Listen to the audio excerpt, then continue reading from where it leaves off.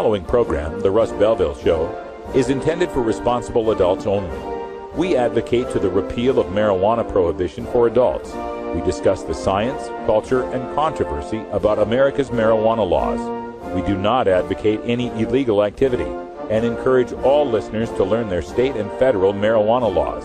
Opinions and claims made by guests and advertisers on The Russ Belville Show are their own, and The Russ Belville Show cannot be held legally responsible for their validity or reliability. Viewer discretion is advised. You take a seed, you plant it, you grow it, you dry it, you roll it, you smoke it. You take a seed, you plant it, you grow it, you dry it, you roll it, you smoke it, and it goes down smooth. Hey! Spanning the continent to bring you the truth about cannabis and marijuana law reform. I smoke pot and I like it a lot.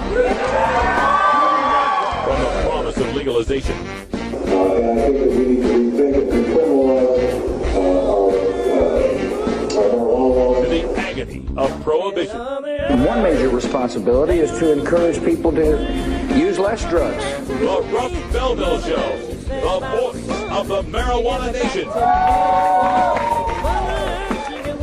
Yeah, I hear you had a question for me. Now, here's your host, Radical Russ Belville. Good day, tokers and tokettes, and welcome to the show. It is Tuesday, January 14th, 2014, and it's got to be 420 somewhere in the world. It's also got to be time for a very special edition of the Russ Belville Show today.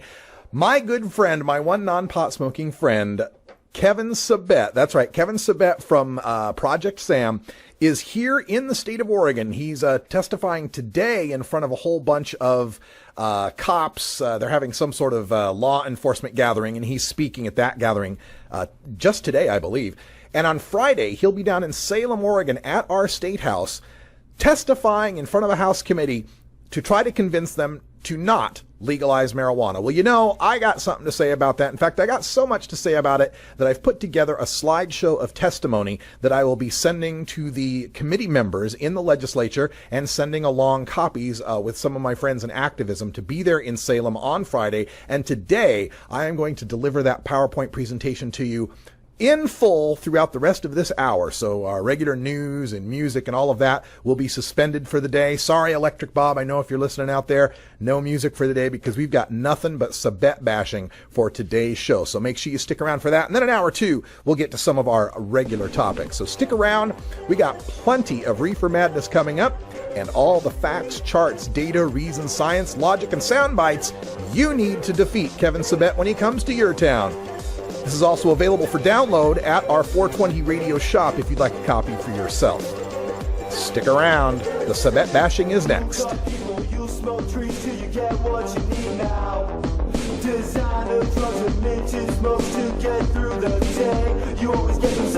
We'll be right back after these messages from our 420 friendly sponsors. Support these advertisers because their ad money goes straight to the Russ Belville Show. You're tuned into the Russ Belville Show, the voice of the marijuana nation.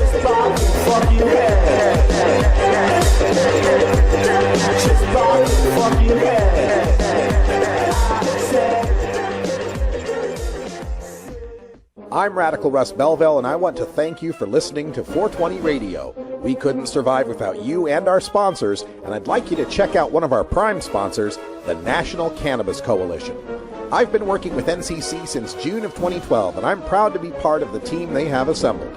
National Cannabis Coalition is building the partnerships with reformers, lawmakers, and industry we need to be successful. Visit the National Cannabis Coalition website at nationalcannabiscoalition.com or the easier-to-remember ncc420.com. That's where you'll get the exclusive first look at my radical rants, as well as informative articles from the nation's top cannabis pundits. Visit ncc420.com today, and if you have your phone handy, text Russ to 420-420 to support NCC and 420 Radio. It's a free text message that helps us help you end adult marijuana prohibition. Learn more at ncc420.com, and thanks for supporting independent marijuana legalization public radio.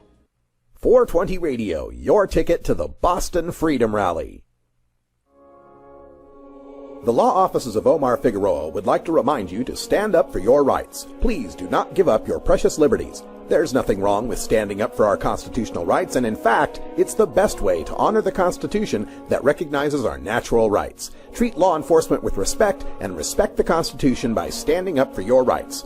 If you are detained or arrested, stand up for your rights by repeating, "I respectfully invoke all of my legal and constitutional rights. I do not consent to any search and seizure. I want to remain silent, and I want to speak with my attorney." Omar Figueroa. Omar Figueroa has more than a decade of experience in federal and California courts and graduated from Yale University, Stanford Law School, and Trial Lawyers College. Please contact the law offices of Omar Figueroa at 415-489-0420 or 707-829-0215 or on the web at omarfigueroa.com.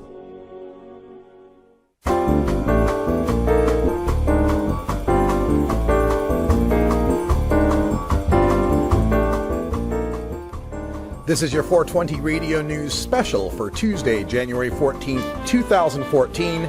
Testimony to the Oregon Legislature against Kevin Sabet, Ph.D.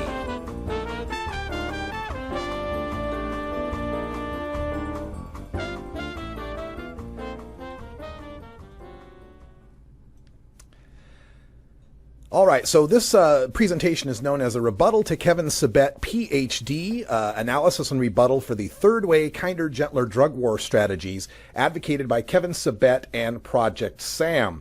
Today's presentation is a critical analysis of the testimony that Kevin Sabet will likely be offering in opposition to Oregon's medical marijuana program and its plans to legalize recreational marijuana. My bias is clear. I believe marijuana is here to stay, and it is better if the state regulates the industry than to allow the status quo of criminal control of cannabis markets. Mr. Sabet will attempt to confuse and distract the legislature from the benefits to be gained through legalization by inventing harms where there are none and exaggerating the few harms that exist. I hope this analysis will provide the legislature with critical questions to ask of Mr. Sabet. Kevin Sabet I met him 1 year ago in Houston, Texas, as we faced off in a marijuana legalization debate at the Baker Institute. He has been the right-hand man to drug czar Gil Kurlikowski from 2009 to 2011. Currently, he is the director of the Drug Policy Institute at the University of Florida. He has dedicated his doctoral thesis and entire career to shaping the debate on drug policy to maintain drug prohibition. He has smartly crafted a message that appears to take the middle ground on the issue of marijuana. He will readily admit that the war on drugs has led to rampant incarceration, racist enforcement, and not reduced the consumption of drugs one iota, thus avoiding the appearance of a drug warrior. But then he'll pivot to claiming the legalization of marijuana is as equally untenable as the war on drugs, hoping to convince listeners that we can end the worst aspects of the drug war without ending its primary function, arresting people who grow, sell, and use marijuana. Just 7% of the American public believes we're winning the war on drugs. A majority, 58%, believe we should legalize marijuana, and a supermajority, 84%, believe at most someone involved with marijuana should be ticketed and fined, not arrested and jailed. Facing such public relations obstacles, Kevin Sabet has rebranded the searching, arresting, and punishing of individuals who use marijuana as doing so for their own good and the good of society.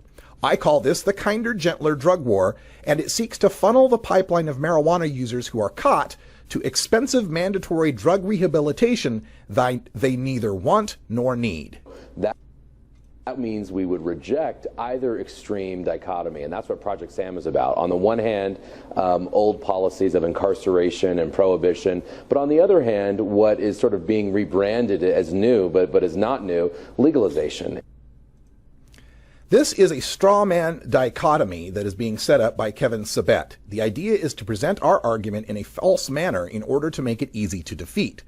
He's claiming that we're arguing another type of fallacy called a false dichotomy, an argument where only two either-or choices are given when there are more than two choices.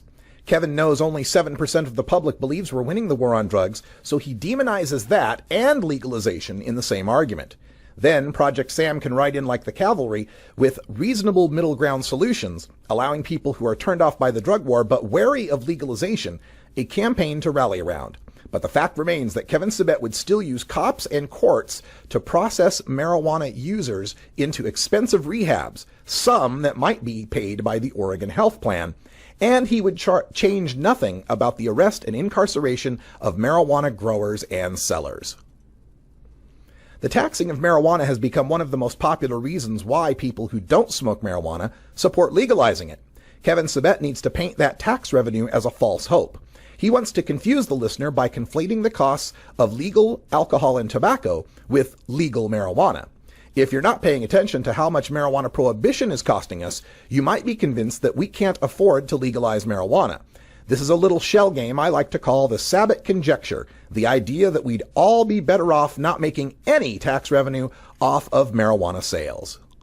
For every dollar we get on alcohol and tobacco tax in this country, we spend $10 in lost social costs. So people that look at this know this is actually a loss leader.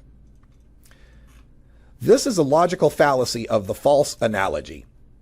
It's like saying football and boxing lead to head trauma, so we must ban golfing. The idea is that legal alcohol and legal tobacco only bring in 1/10 in taxes what they cost society in social costs. Therefore, legalizing marijuana would turn out the same way. However, this ignores three facts. Alcohol leads to violence, car wrecks, and cirrhosis. Tobacco leads to lung cancer, emphysema, and illness. And marijuana leads to jazz, donuts, and a nap.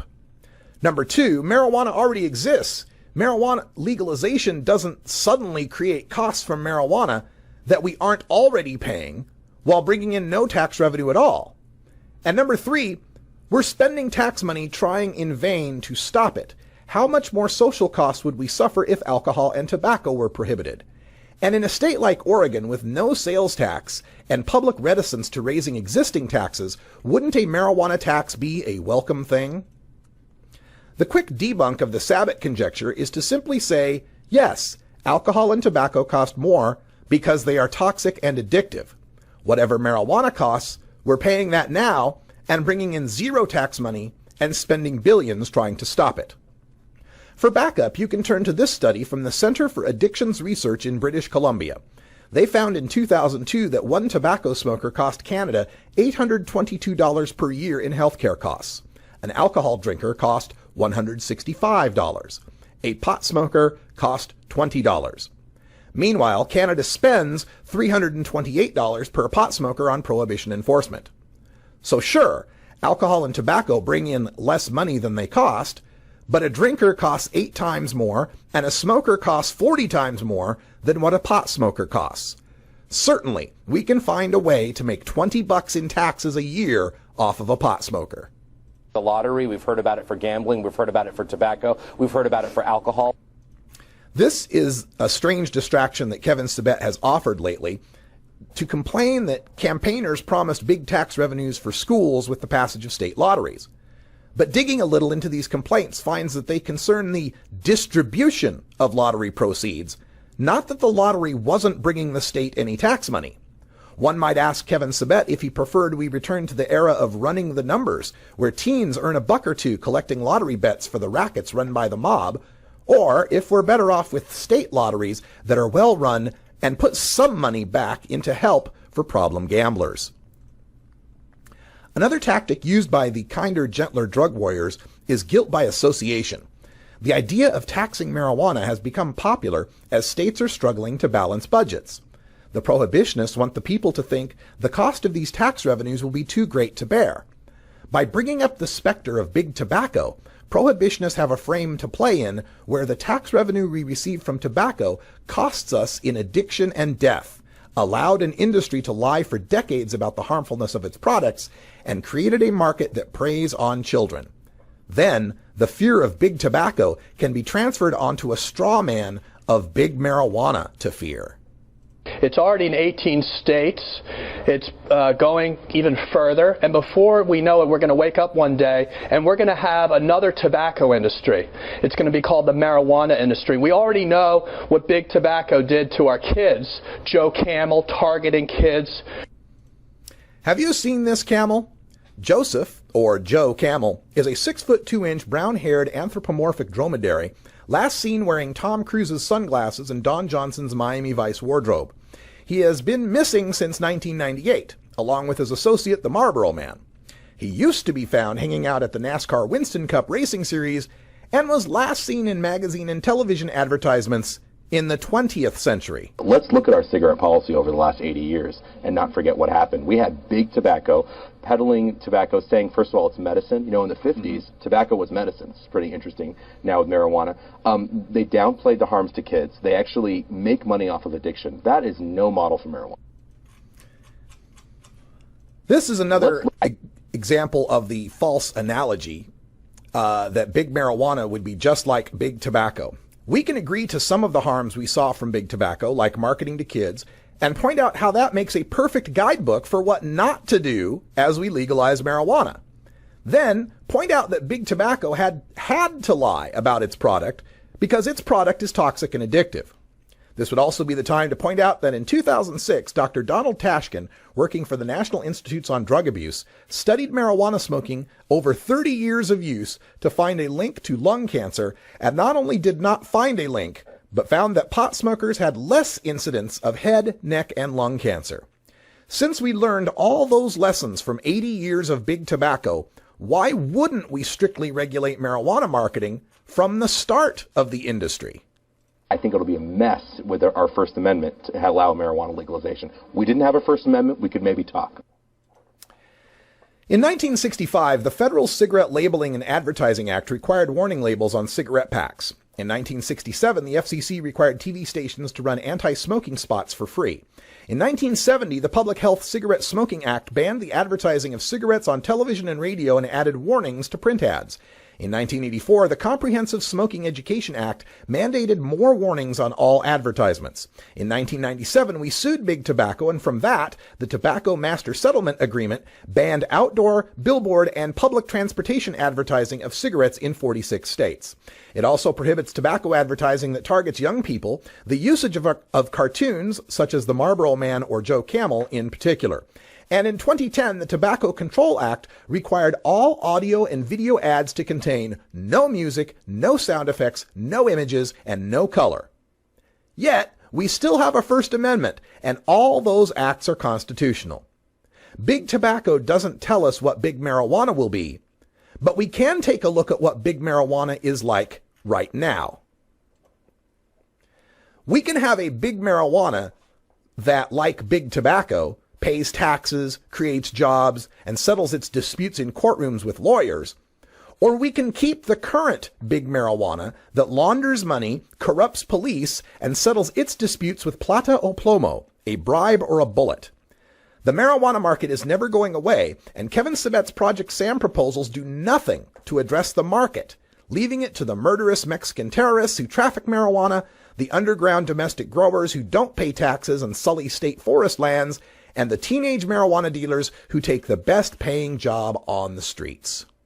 15% of cartels, according to RAND, 15 to 20% get it from marijuana. Right. Big enough chunk to worry about? Yeah, right. Big enough chunk to worry about, not the vast majority. If you're worried about organized crime, though, the answer is not in marijuana. That's just not where the action is. It's in the other drugs. Sure, most pot smokers buy small amounts from friends. But as a friend of mine once noted, small amounts come from large amounts, and large amounts come from large grows, and that's what supports 15 to 26%, the actual RAND estimate, of the cartel's income. The question isn't whether making marijuana markets legal ends organized crime. It's why are we allowing organized crime to run our marijuana markets? One way of confusing the debate about marijuana legalization is to frame it as if we are offering people a new choice on the menu of recreational substances. Given that we have two choices already, alcohol and tobacco, and we have so many demonstrable harms from those, why should we offer people another harmful choice on the menu? This way, the harms from alcohol and tobacco that arise from their pharmacology, the fact that they are toxic and addictive, can be attributed to their legality, making it seem as if legality is what would bring further harm from marijuana. We already have enough problems with our two legal drugs, alcohol and tobacco. They're widely promoted by an industry that lives off of other people's addiction. They're widely normalized, advertised. I don't think we need another problem in society, and marijuana would do that. Newsflash, marijuana is here. First of all, there aren't just two legal recreational substances. Caffeine is a substance we enjoy in coffee and soda. Sugar is a substance we enjoy in candy and soda. If you don't think those are mind-altering and mood-altering drugs, let me give your 5-year-old a Mountain Dew while we discuss it. While you can be quite addicted to those substances, and they do cause healthcare costs to our society, nobody's considering locking people up who drink Mountain Dew.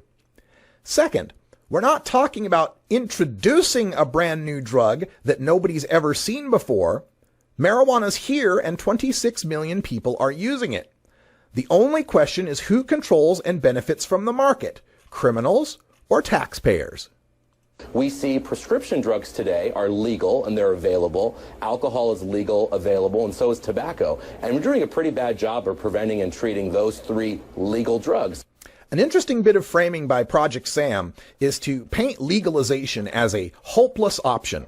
Sabet will point out either the poor job we're doing controlling alcohol, since there's so many drunk drivers and other costs, or the poor job we do controlling OxyContin or other prescription drugs, since there is now an epidemic of prescription drug abuse.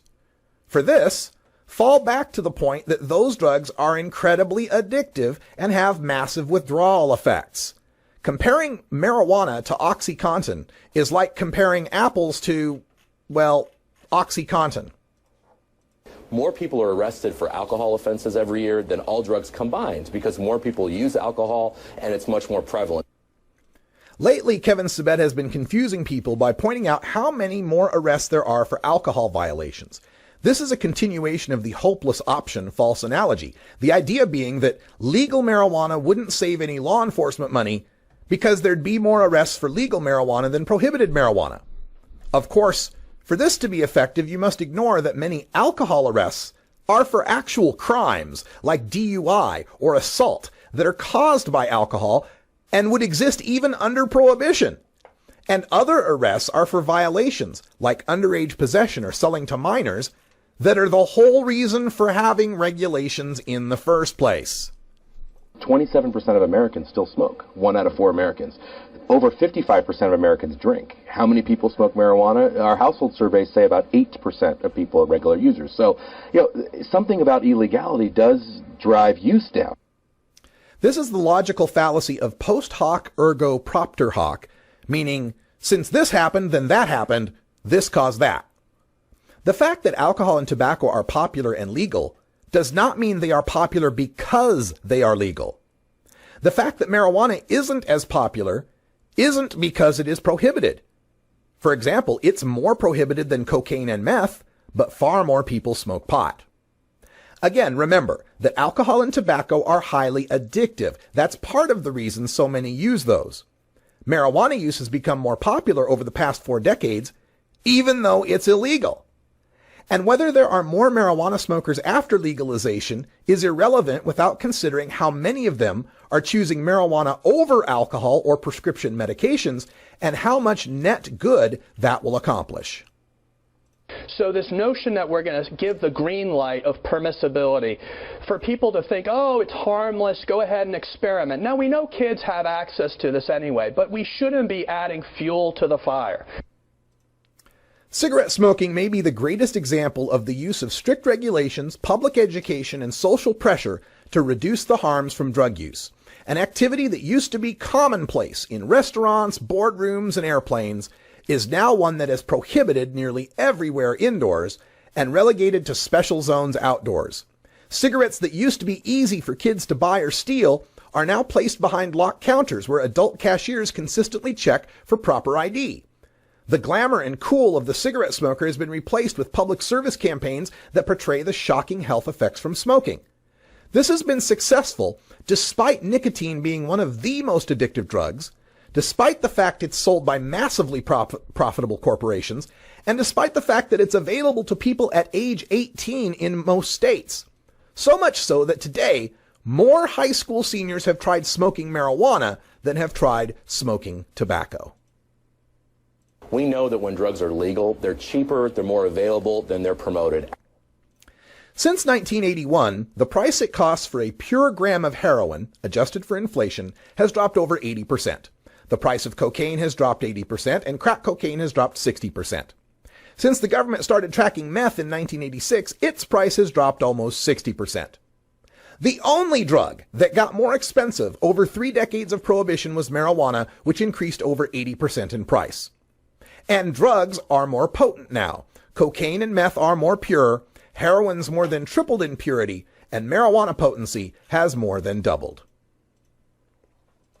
A year ago, I debated Kevin Sabet, and during my presentation, I paraphrased the fear-mongering about the new, supposedly genetically modified, hyper-potent skunk we grow in the Pacific Northwest these days, with the catchphrase, "This is not your father's Woodstock weed."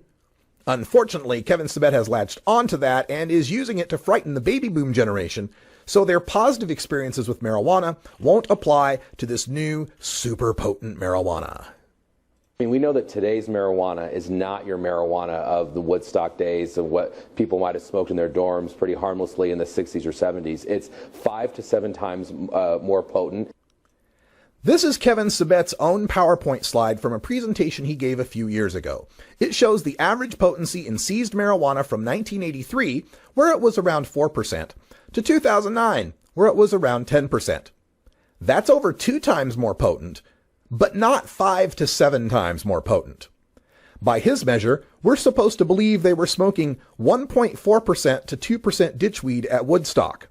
I've seen the Woodstock movie, and I find that very hard to believe. The reason why the Woodstock weed argument affects people is they analogize alcohol with marijuana. They understand the difference between low-potency beer and high-potency shots, and they know that a quart of beer will get you drunk, but a quart of Jack Daniels could kill you. So pot smokers of the past who fondly remember pot, but haven't used lately, might be scared into thinking today's pot is somehow different.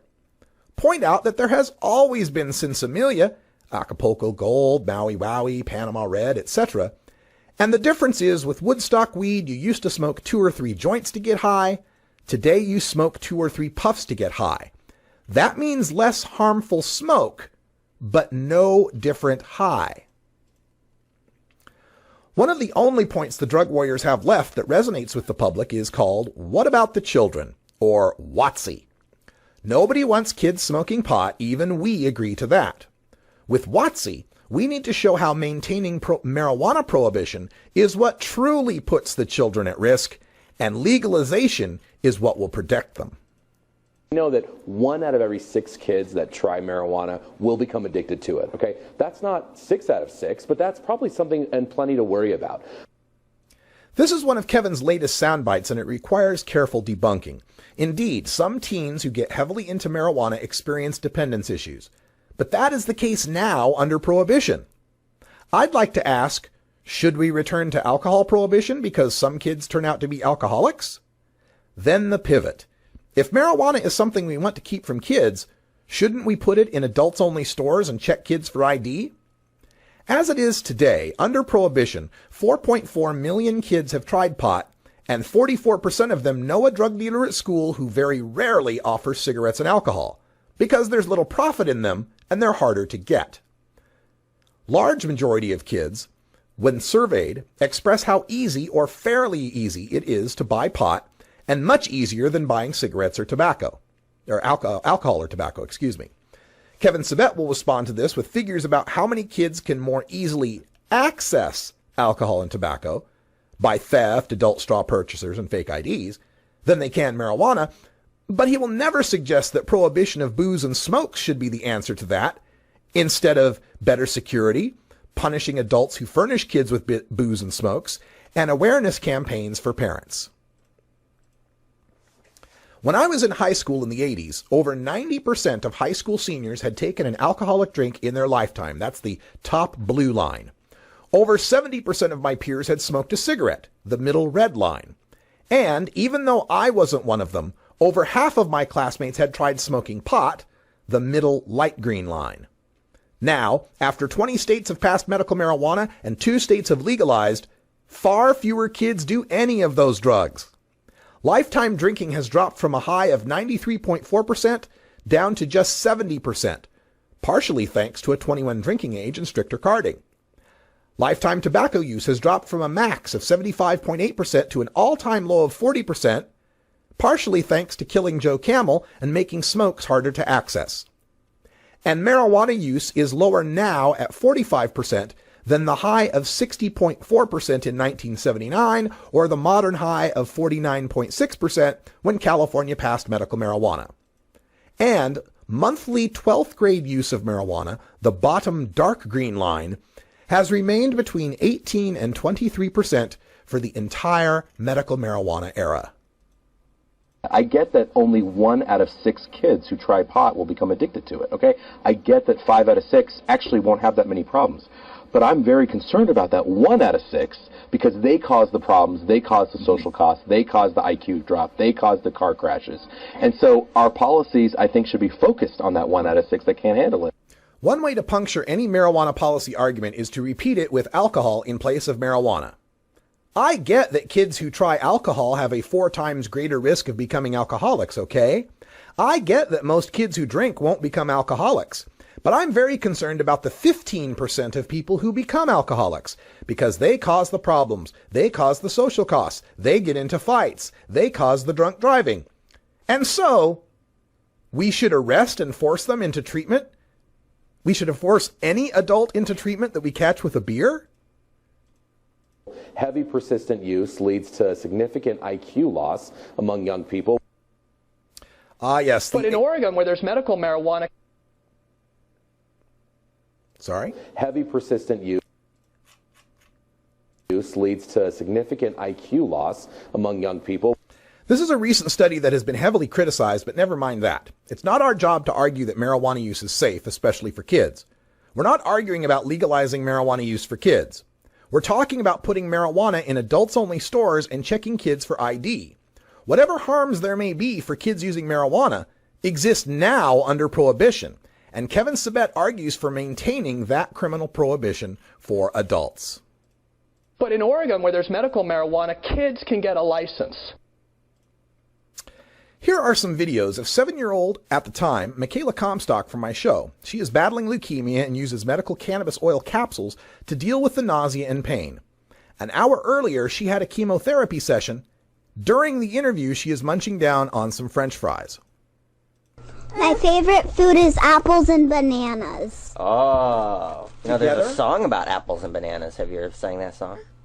No. Yeah, okay, well maybe... But I made a little one up. Apples and bananas, apples and bananas, apples and bananas, apples and bananas. Apples are my favorite, apples are my favorite, and so are bananas, 'cause bananas are great for you. So, you know, this is kind of, you know, one of the things about using cannabis as a medicine is that it scares some people. They're kind of afraid of it. And so what would you tell them as far as, you know... Don't be afraid. Yeah? How come? Because it helps other people that use it, and it helps me a lot. It helps. And then this is a video of another 11-year-old, Alex Eccles, and his dad, Jeremy. Alex suffers from autism and sometimes seizures of rage that make him pound his head into walls and bite and scratch himself bloody. Jeremy has found some success in giving Alex a cannabis oil that leaves him relaxed and curious, but cannot get him consistent supply or dose him at the group home. And then we started figuring out that we were running out, and we realized we don't know anybody who has ever talked to us about pot. We just weren't those people. We were never involved in the underground. Yeah. Like that. Okay. So, I started talking to people that I worked with and found out, to my surprise, that basically every one of them was at least acquainted with marijuana at some point. You were the one guy who wasn't. Yeah, pretty much. Yeah. Wow, that's fantastic. So these are software engineers. These are smart people, and I was just blown away. I was like, smart people, and you guys use this stuff recreationally? It definitely turned around my perceptions. What about the children indeed?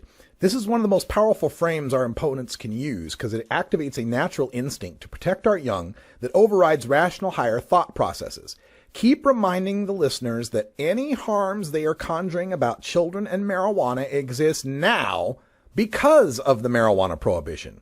You don't see any high school tequila dealers, and kids don't make much money selling cigarettes. If WOTC is the most powerful weapon in the drug war propaganda playbook, then SMOF is number 2, which stands for Stoned Mayhem on the Freeways. Now, we're empathetic to the goal of safer roads, and we don't claim there is absolutely no risk from cannabis-impaired drivers. What we do admit is acute cannabis impairment, not the presence of metabolites in urine or THC in blood, is a risk, but one that is less troublesome than drinking or smartphone use. The British Medical Journal told us a few months ago that their most comprehensive study they've ever done showed that marijuana intoxication doubles your car crash risk. Nobody is arguing for the right to pull bong rips and then get behind the wheel. Of course, marijuana-impaired driving should remain illegal. Once again, Sabet's fear-mongering is only scary if you forget that marijuana exists now and any driving risks exist now. With illegal marijuana, there are no friends don't let friends drive stoned ads. There is no modeling for responsible use.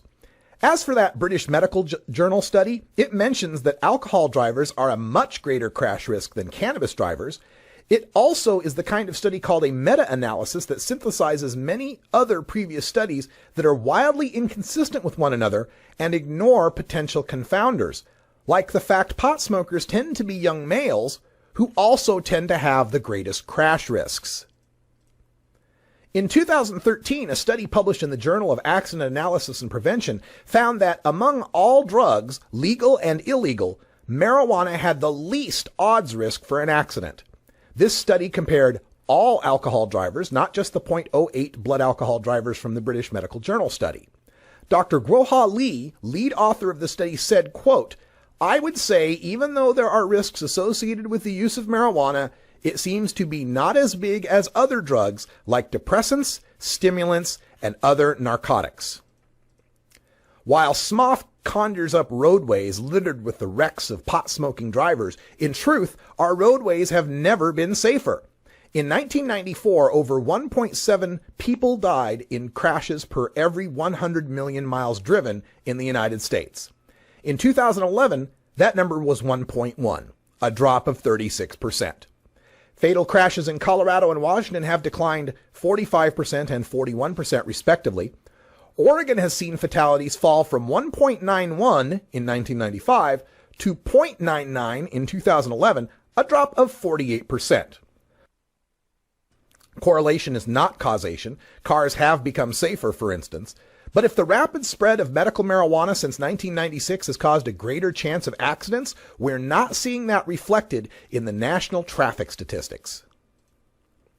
We must also emphasize that marijuana users, unlike alcohol drinkers, can judge their relative impairment. This is a fact the government implicitly accepts in their warnings on a bottle of dronabinol pills. Those are the Schedule III legal version of THC in a pill called Marinol. The warning reads in part, quote, "Patients receiving treatment with Marinol capsules should be specifically warned not to drive until it is established that they are able to tolerate the drug and perform such tasks safely." Most of the public, at least 4 out of 5, believe that if there's going to be any punishment for marijuana, it should be a ticket and a fine, not jail time. The message of wasting police resources on busting pot smokers is very damaging to prohibition. The prohibitionists now must distance themselves from the lock 'em up, tough on crime, war on drugs frames that they've been working in for 40 years. They'll do so by minimizing the impact of marijuana arrests and cherry-picking incarceration statistics. Where they can't minimize, specifically the racism of drug arrests, they will attempt to distract and evade. According to the 2014 CNN opinion poll, 55% of Americans believe marijuana should be legal, with support at 58% in the West. Previous state surveys of Oregon have put support at over 60%. And even in the absence of legalization, Americans by a margin of 17 out of 20 believe jail should not be the punishment for marijuana smoking. Kevin Sabet will try to minimize the public support for marijuana legalization by claiming that he too doesn't support incarceration for marijuana, but that the polls aren't asking Americans what they think about the sales of marijuana.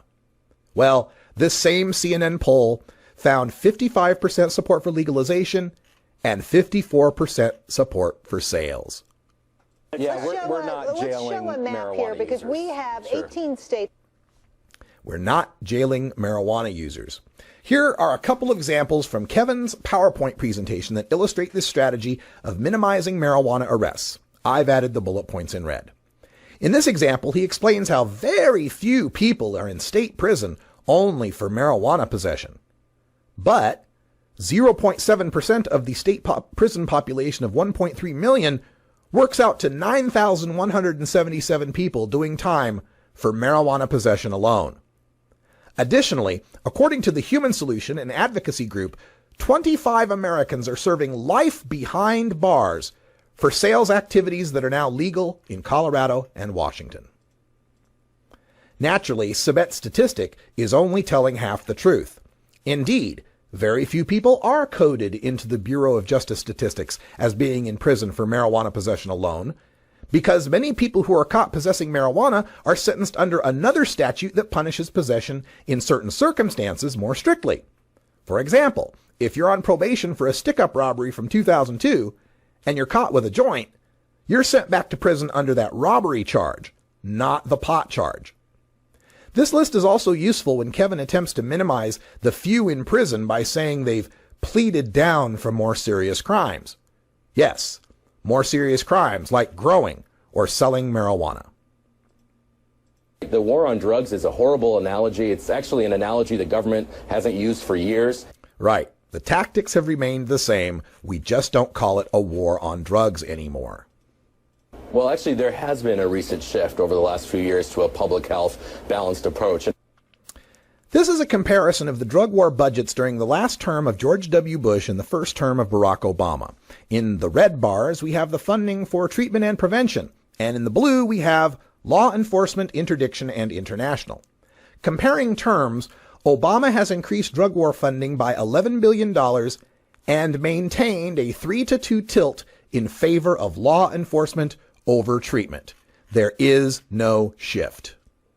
It's no accident that the liquor lobby and the liquor industry targets minorities in disadvantaged neighborhoods. There are 3 to 4 times more liquor stores in those neighborhoods than in upper-class white neighborhoods. That's going to happen with marijuana. Again, why wouldn't we learn that lesson and apply zoning restrictions before we fill up the hood with pot shops? And you just have to lose all mooring with reality to think the black community wouldn't rather have well-regulated weed stores on the corner than gun-toting weed dealers on the corner, and 1 out of 3 young black men in America under correctional control. Now the drug warriors are in a strange predicament, where they must minimize the notion that we do jail people for pot, but at the same time show that the threat of jailing people for pot is a good thing to force them to accept rehab as the alternative.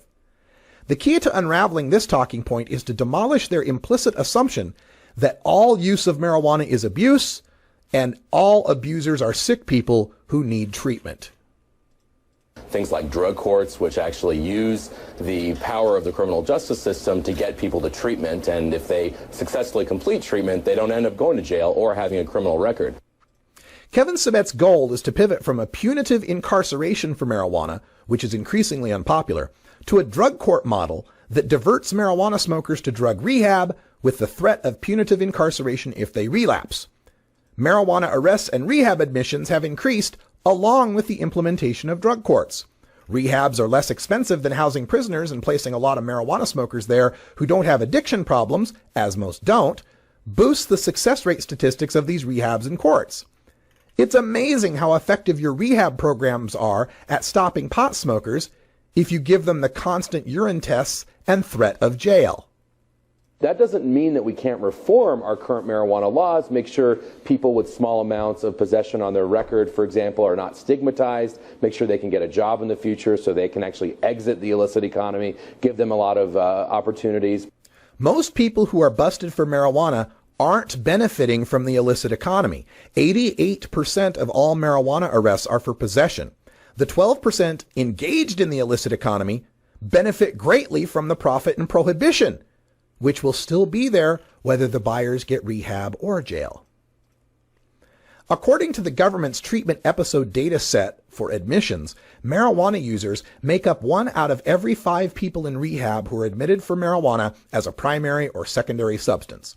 Over half of the people admitted to rehab for pot use it less than once a week, and over a third didn't use marijuana for over a month before rehab. That means at least 1 out of 10 people in rehab for drugs are there for marijuana they hardly smoke. It seems clear that legalized marijuana will reduce the number of people forced into rehab against their will, thus reducing the profits of Kevin Sabet's supporters and financiers in the drug testing and rehab industries.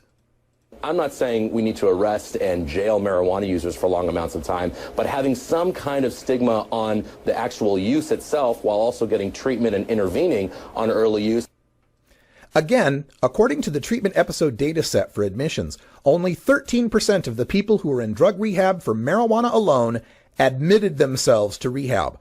Almost 3 in 5 in rehab for pot are forced there by the criminal justice system. People who are in rehab for alcohol are twice as likely to self-admit. People using other drugs are more than 3 times as likely to self-admit.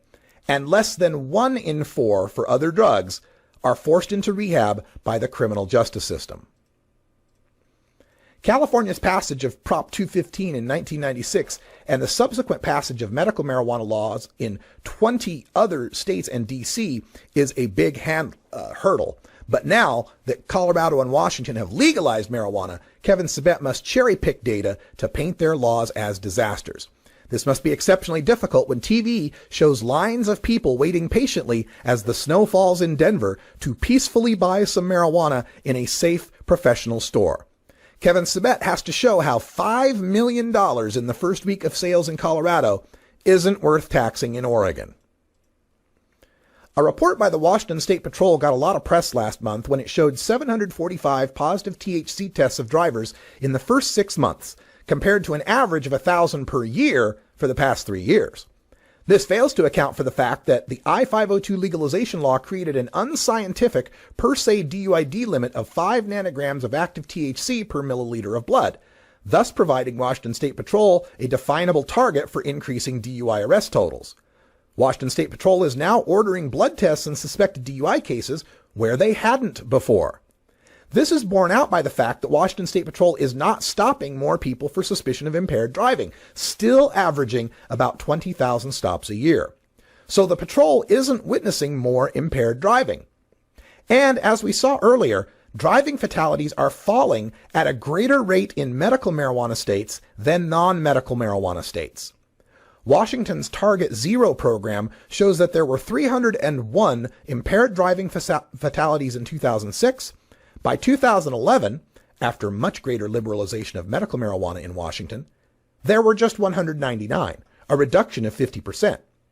Washington State Patrol's figures for the first half of 2013 have the state on pace for only 80 impairment fatalities, a reduction of over 100% from just 2 years ago. A similar tactic is used to demonize Washington and Colorado, where the states have participated in national DUI crackdowns from the middle of August through Labor Day weekend, as they have done in years prior. In Washington state, Kitsap County, due west of Seattle and including the city of Bremerton, just 47 people were pulled over for impaired on anything driving, when 71 had been pulled over the year prior. In King County, which includes Seattle, impaired driving stops dropped from 374 last year to 292. That DUI crackdown also began on the weekend of the first Seattle Hemp Fest to occur after marijuana had been legalized. In Colorado, some counties and cities broke their data down by impairing substance. In Jefferson County, there were 6 DUI arrests, 1 was for marijuana. In Arapahoe County, out of 17 DUI arrests, 2 were for marijuana. In Adams County, just 1 out of 38 DUI arrests were for marijuana. The city of Aurora reported 141 DUI arrests, with just 8 for marijuana. And the city of Denver reported 157 DUI arrests, and only 1 was for marijuana. So for those Colorado jurisdictions where marijuana is legal, over the span of mid-August to Labor Day weekend summer driving, 13 out of 359 impaired driving arrests were for Kevin Kevin Sabet's colleague, Dr. Christian Thurstone, is a Denver area rehab owner who owes much of his business to the marijuana smokers forced into rehab by prohibition. He claims that the kids he admits to rehab are now testing at absurd levels of THC that they never reached before legalization. He is purposefully confusing the marijuana metabolites tested in urine with the active THC tested for in blood. The kids who do smoke pot aren't higher than they were before. As this data from the National Survey on Drug Use and Health show, for ages 12 to 20, past month and past year pot smoking has fluctuated in Colorado, but remained similar to 2002 levels. Overall, more kids in Colorado haven't tried marijuana, increasing from 63% who've never tried it to 65.6% who've never tried it. These years encompass the rapid expansion of Colorado's medical marijuana system that began in 2009. To conclude, there are a few other non sequiturs Kevin Sabet may offer in support of continuing marijuana prohibition. When we point out how we'd be taking away the marijuana businesses from Mexican cartels, he'll say that marijuana is only a small part of their business and they'll just expand into selling other drugs and committing other crimes. But to whom will they sell other drugs? There are 26 million marijuana users in America, only 2 million cocaine users, only 350,000 heroin users. Mexican cartels can't invent demand. And of course they'll commit other crimes. They're criminals. That's what criminals do. So again, why do we let criminals control our marijuana markets? When faced with the facts that marijuana arrests and imprisonment are horrendously racially biased, Kevin Sabet will accept that stat and attempt to deflect it by saying we could do a better job in pursuing equality in enforcing our drug laws. By arresting more white people, apparently. He'll explain that there's racism all throughout the justice system and legalizing marijuana won't end that. Right? But it would be a great first start. Kevin Sabet will warn that legalization of marijuana will lead to increased use. Fortunately, we know what increased marijuana usage looks like. Marijuana usage peaked in 1979 when about twice as many young people were using it. While the Iran hostage crisis, inflation, and the energy crisis were on the agenda in 1979, we can't pin those on marijuana use. Kevin will never offer a figure as to how much pot use will increase, because then we could estimate with some accuracy the projected costs and adjust the taxation to match. Furthermore, increased pot use in and of itself is irrelevant without the context of harm. Did harm increase? I posit that if more people are substituting marijuana for the use of alcohol and prescription pills, we could actually see a net reduction in social harms. Kevin Sabet will always focus on the individual users of marijuana and how we can stop incarcerating them and instead search, arrest, and force them into rehab for their own good, at taxpayer expense for some of them. The glaring omission is the harm Oregon faces from unregulated marijuana markets, which will always exist, somewhat enhanced by the decriminalization that reduces the risk of possession for its customers. Only by regulating marijuana commerce can we eliminate most of these drug war harms, strike a blow against the cartels, and raise money for Oregon's tax base rather than buying gold-plated AK-47s for murderous Mexican drug lords. Kevin Sabet likes to portray the American public as being bamboozled by the far-left drug legalization billionaires like George Soros and the Hollywood media elite. The facts are that the people have access to accurate information about marijuana through the internet. They've seen Colorado and Washington legalized without the sky falling, and half of adults under age 50 have tried it themselves and found most of the scaremongering to be lies and distortions. If money and TV time really determined what America thought about marijuana, the $15 billion spent on the drug war ought to be soundly defeating the combined $5 to $10 million budget of all the marijuana legalization organizations combined. Like the opponents of same-sex marriage who claim the next thing you know, people will marry their dogs, opponents of legalizing marijuana like to play the slippery slope that legalizing marijuana will lead to legal cocaine, meth, and heroin. This is a spurious supposition, given that the latest CNN opinion poll showed 55% support for legalization of marijuana, 84% in favor of decriminalization, and 88% in support of medical marijuana, but at the same time only showed 4% support for legalizing cocaine and meth, and just 3% support for the legalization of heroin.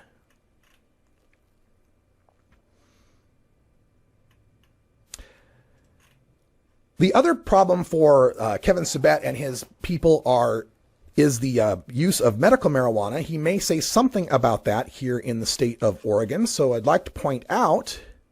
Well, that pro-marijuana lobby has pushed medical marijuana in terms of the sick and dying. The average medical marijuana user in California is a 32-year-old white male with no history of chronic illness. Yeah. They actually have a history of drug and alcohol abuse. Nationwide, 1 in 3 18 to 21-year-olds smoke marijuana annually. 1 in 5 smoke marijuana monthly. The median age of a pot smoker is about 27 years old, so half of all pot smokers are younger than that, with the average age being 29. So, if the average medical marijuana user in California is 32 years old, hasn't California's medical system succeeded in making marijuana more for adults only? In California, of those who are applying for licenses, 90% don't have cancer, don't have MS, don't have any of the things that you and I would associate with needing medical marijuana. The people faking pain for medical marijuana theme is one that runs through all of Project Sam's rhetoric. The one statistic Kevin Sabet likes to use is that 94% of medical marijuana patients are qualified for pain. This is true, but misleading. Indeed, in Oregon, 51,000 out of 55,000 patients register pain as a qualifying condition, but what Sabet leaves out is that patients can qualify for more than one condition. Do you suppose cancer causes a little bit of pain? In actuality, pain represents just 64% of the conditions being treated with medical marijuana in Oregon. If persons qualifying for their non-pain condition also put down pain, the number of pain-only patients in Oregon could actually be less than half. When do we have to smoke it in order to get the benefits of the THC? Like, do we call on people to smoke opium in order to get narcotics? That's ridiculous. It sure is. But marijuana ain't opium. This is another fallacy of false analogy. If morphine, OxyContin, Percocet, Darvocet, and other opioid painkillers didn't exist, you can be sure that we'd support allowing people in enormous pain to smoke opium and not be arrested for it. The side effects from opium smoking are far more harmful than smoking marijuana. Part of this argument is to focus on smoked marijuana when we have so many better ways of preparing marijuana. Also, cannabis is the only controlled substance for which the less potent natural version is scheduled more strictly than its more potent synthetic version. A 15% THC bud of marijuana is Schedule 1 and has no medical value, or Schedule 2 in Oregon, while a 100% THC Marinol pill is Schedule 3 and prescribed by doctors. Let's make sure people with cancer get the kind of marijuana that's non-smoked that they need. We don't need to legalize smoked marijuana in order to do that. This is the form of logical fallacy called no true Scotsman. The idea here is that marijuana can't be medicine because it hasn't gone through the standard FDA approval process that determines what we call medicine. If the FDA says it's safe and effective medicine, like Vioxx, for example, then it is. And if they haven't, then it's not. If you point out all the medical benefits of marijuana use, even if you've experienced it yourself, you're wrong, because no true medicine is a raw smoked plant. This is where I like to point out that aspirin has never passed the FDA approval process. It kills hundreds every year, and nobody arrests people who grow willow trees, whether they chew the bark for salicylic acid or not. Thank you for your attention. The people of Oregon are supportive of legislative efforts to end the futile war on marijuana consumers. You can create legalization that is tempered by legislative wisdom and not formed by activist priorities. But through a referral or through an initiative, legalization will happen. That's all we've got for our piece today on debunking Kevin Sabet. I hope you enjoyed that. I'll post that up on YouTube for those of you who'd like to use it for yourself. Also, the presentation itself, the PowerPoint and the PDF of the slides with all of the script will be saved online. I'll have those up in the 420 Radio shop later today. Stay tuned for Hour 2, Toker Talk Radio. We'll talk about the news of the day. I've got a really interesting story here on how the Congress might force Obama to bust the pot shops in Washington and Colorado. This is some scary stuff, folks. We'll also take your calls at 971-533-7111. For everyone here at Rolla J Studios in beautiful Potland, Oregon, I'm Radical Russ. Thanks for joining us, and until next time, take care of each other, Tokers.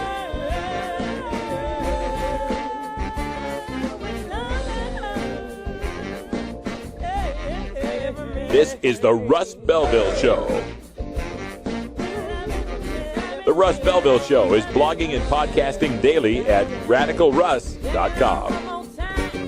You take a seed, you plant it, you grow it, you dry it, you roll it, you smoke it. You take a seed, you plant it.